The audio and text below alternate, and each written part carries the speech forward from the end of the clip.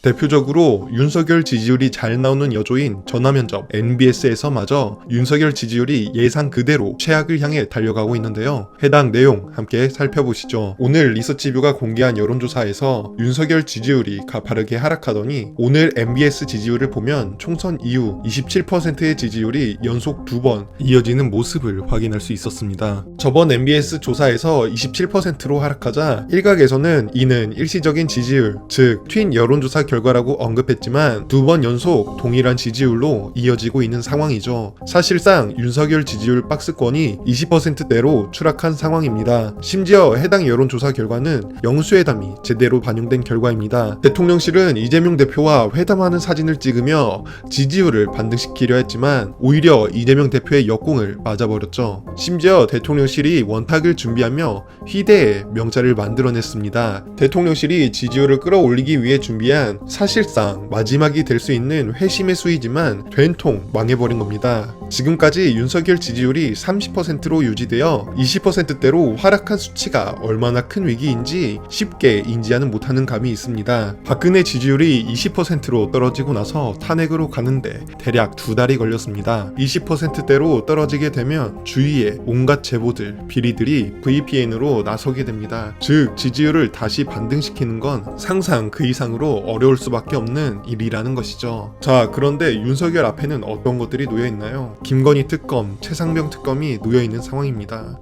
만일 국민 약 70%가 찬성하는 최상병 특검에 대해서 윤석열이 거부권을 행사한다고 하면 이는 결국 국민의 더욱 큰 분노를 야기할 것이고 20%대 박스권도 유지하기 어려워질 것입니다. 이어서 현재 보수 언론들도 윤석열을 향해 비판의 사설을 쏟아내고 있는 상황인데 이러한 내용은 결국 윤석열 지지율 하락에 큰 영향을 줄 수밖에 없죠. 지지율이 하락하면 할수록 이곳 저곳에서 반발의 목소리가 더욱 터져나올 텐데 윤석열은 그러한 악순환 굴레에 빠지고 있는 상황입니다. 지금까지 윤석열의 국정 운영 스타일을 보면 윤석열은 이 위기를 타파해 나갈 능력이 전혀 없습니다. 있었다면 30% 지지율에서 진작 벗어났겠죠. 윤석열의 지지율 하락은 대한민국 정상화를 향한 큰 기회가 될 수 있습니다. 22대 국회가 시작하는 동시에 민주당은 숨 쉴 틈도 주지 않고 공세를 이어나가 대한민국 정상화를 시켜주시길 간절히 바라며 오늘 영상 마치도록 하겠습니다.